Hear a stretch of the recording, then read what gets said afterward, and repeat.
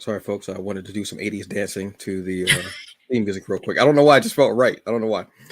Hey, folks, and welcome to another episode of Subsume Presents TBA News. I am one of your hosts, Antonio Pamares, aka The Hungry Bleak. And as always, with me is gamer, streamer, content creator, and my anime nemesis? Or frenemy? Frenemy might be Frenemy. better. I've Frenemy would always probably loved be the better. frenemy relationship in anime. It's always great. Yeah. Jabba Chan, What's up, people? How you doing? how are you doing, Jabba? Breathing. Tired, but breathing. That's that. You know what? I'm gonna take that, and I'm gonna take that as a victory. Victory! Yes. No braids. No braids! Did a wash! Either of us. On either of us, obviously. No! Deep No. condition! Wash day! Deep. I don't really have to deep condition. There's nothing to deep condition. You don't deep condition your scalp. Anyway, folks, look, here's the thing. We've got a lot to talk about. So let's give you some of what's going on right now and what's going to be happening in the future. So summertime has become a really hotbed of events as far as like cons, festivals. A lot of geek-centric stuff is happening, especially with Black folks in the community. This past weekend, we had the Schaumburg the Lit Fest, which was great.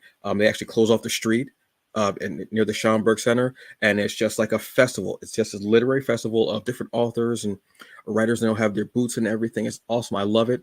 You'll see a who's who of there. You will have some comic book people there, but you see just this really great thing there. You also had the Brooklyn Pride Comic Book Fair, which is presented by Anyone Comics, which is also another beautiful event. Unfortunately, I wasn't able to be there to either one of those events this year due to just conflict of schedule, but they're awesome. But what Subsume has is obviously they're going to be doing their Juneteenth event, which is an annual thing now for Subsume, which is awesome.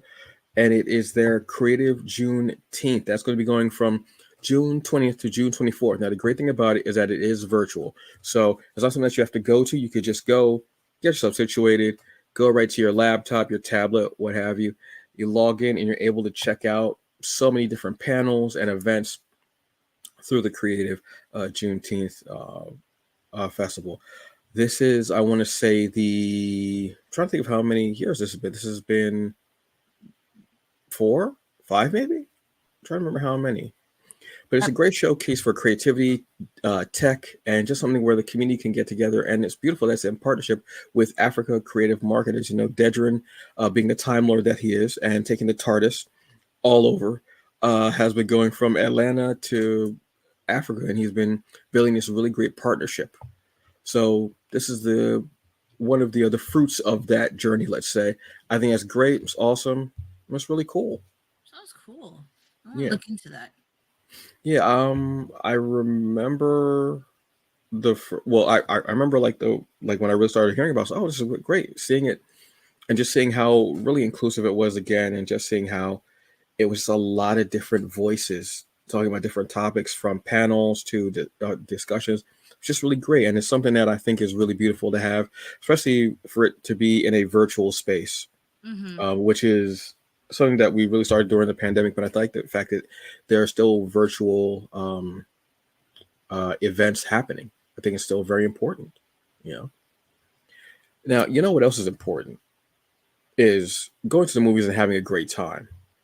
But someone is doing something a little different, obviously. Why don't you tell us about that one, Jabba? Well, it has been confirmed by James Gunn himself, the man who is, I guess, trying to reboot the whole DC universe for like the 25th millionth time, is now recasting Wonder Woman. So unfortunately, Gal Gadot is not going to be Wonder Woman again. She's not going to reprise her role, which I didn't have a problem with, and technically she would be the 4th superhero within our time that has been recasted, because we've already had Spider-Man, Batman, Superman, and now Wonder Woman will be a new recast as far as like the main superheroes. So I don't know. I believe when I was reading it, they didn't say exactly who they're going to recast it as. So right now it's up in the air. But do you have any thoughts of who you might want to be recast as Wonder Woman?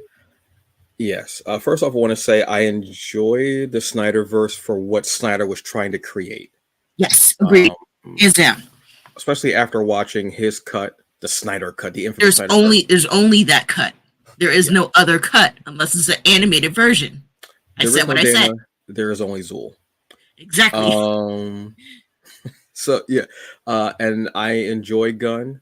What he did with Guardians of the Galaxy, which was a comic that not a lot of people knew about, and now it has become one of those comics that people look for. They know the characters very well, and they know that there were different iterations of that team. So Gunn has a vision of what he wants to do with the DCU, or whatever it will be called when he takes it, because it was called the DCEU. I just think DCU. I don't know what they're going to call it, what have you, because we saw what he did with not the Suicide Squad, but the Suicide Squad, the second Suicide Squad movie, and it was so much better than the first one. Obviously. Yeah. What I would do if I was him is, because there is so much going on with Wonder Woman and the Amazons as far as in the comics. They've had so many different things, from the trials of the Amazons to the coronation of Nubia, to the incredible series that is happening right now with Tom King writing. If you know Tom King's writing, you know I'm a huge fan of it. Now, Wonder Woman is a title. It's not actually the name. It's not actually the character. It's actually a title. Right. You know, Diana has had it now. And we also have another Wonder Woman in the fact of it's Queen Nubia. Yep. She was actually retconned, I want to say, by Stephanie Williams, who did an incredible job writing her. She retconned where Nubia hadn't been seen for so long because she was guarding Doom's door. And it's one of the highest honors that an Amazon can have. And then they had the trials to try and get another guard for the door while Nubia was coronated as queen, because Queen Hippolyta had been murdered. So I would say let's do Nubia. Okay. As her, and who I have, you may know her from Shameless, or you may know her from her hit series on NBC called Found. Found, yes. I love her. I love her. Hampton. Yes. Yes. Agreed. That's who I'm thinking. Oh my gosh, I love her so much. The only other thing you could do is there's also a new Wonder Girl who is Brazilian. And it turns out that there are like 3 or 4 different tribes of Amazons. So when they have the trial, so when they have the trial, they have a champion from each tribe vying for that spot. There's a Brazilian girl. You could do that, but then that would be more Wonder Girl. If we're going Wonder Woman, and because it's a title, again, I would say Nubia. And I would go with Shanola Hampton. Yes. I do love her in Found. Found is awesome. I didn't really watch Shameless. I watched maybe one episode. It just didn't hit me. I watched Shameless when she started popping in. I mean, I already knew the other actors in it, but when she had like her hard, like gut punching funny moments, and then like she gets serious at the same time. So it's like, I like her for this, but in Found, like she's definitely like, I could watch her in like any other like crime show. Like if she were to pop up on Law and Order, boom, I would watch that in a heartbeat. Yeah, she's giving it. There's so much there, and for her to be able to do the angry, and then the serious, more dramatic, heavy, then to do comedy, and to be able to do it in the same scene, and then with Found, we're getting more of like, again, powerful, but there's a certain vulnerability there too. In this thriller, she's got that range. So I would definitely say Shanola Hampton, Nubia. Okay, so this one just popped up in my head, and you wouldn't know exactly who I'm talking about once I give the name. As soon as my information source wants to work. Where are we at?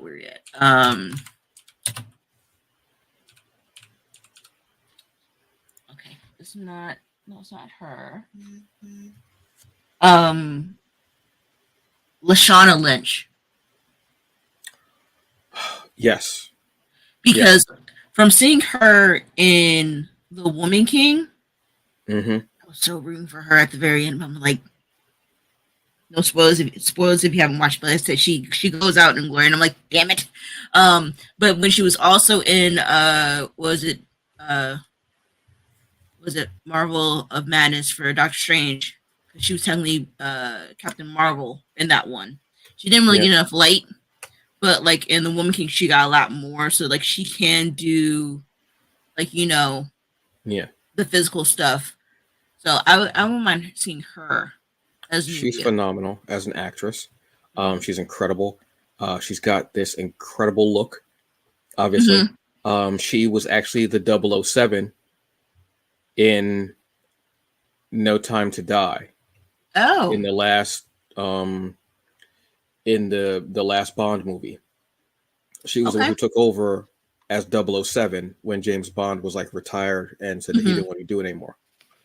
I would love to see her in that, but yeah, because she's been Captain Marvel. She's also been, I think, Binary in the Marvels Okay. as part of the X-Men.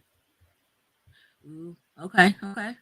Oh, did you see the Marvels? No, Oh, it's okay. It gives you something else spoiler to alert! rewatch.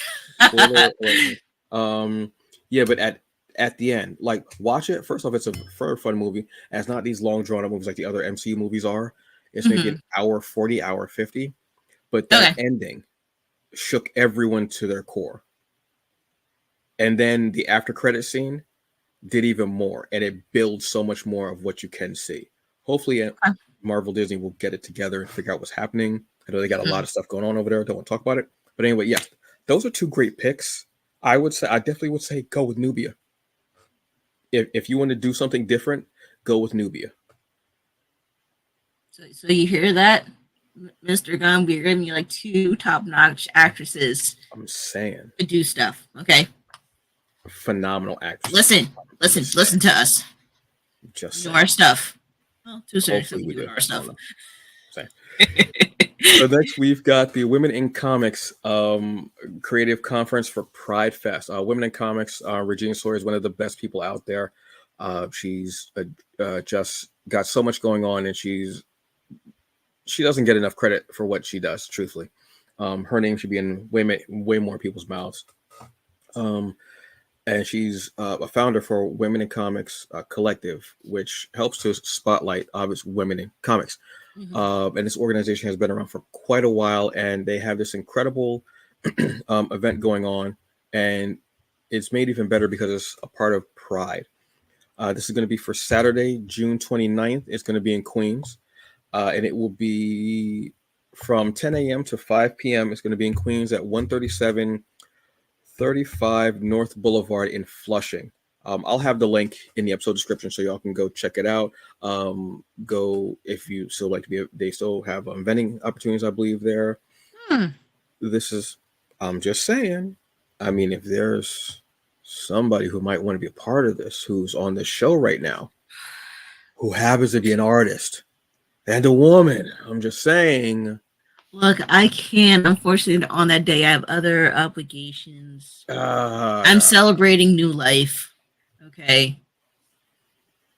I mean, I can understand that. And it's the first of a new life, so gotta celebrate it. I would say celebrate that new life at the Women in Comics Creative Conference for Pride Fest. I'm just saying. What a better place to celebrate life than here? I'm just saying. Right. Yeah, so it's a great event.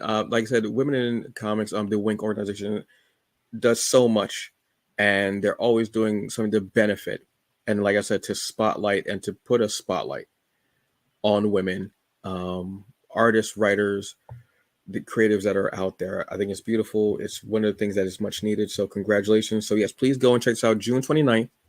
It is, like I said, it is in Queens, and it is from 10 a.m. to 5 p.m. It's 13735 North Boulevard, Flushing, New York. I'll have the link in the episode description so y'all can go check it out and see what's happening there. That's right. Do it for the fest of Pride. Yes. We have a lot of pride as far as what we watch, right? Of course. Yes.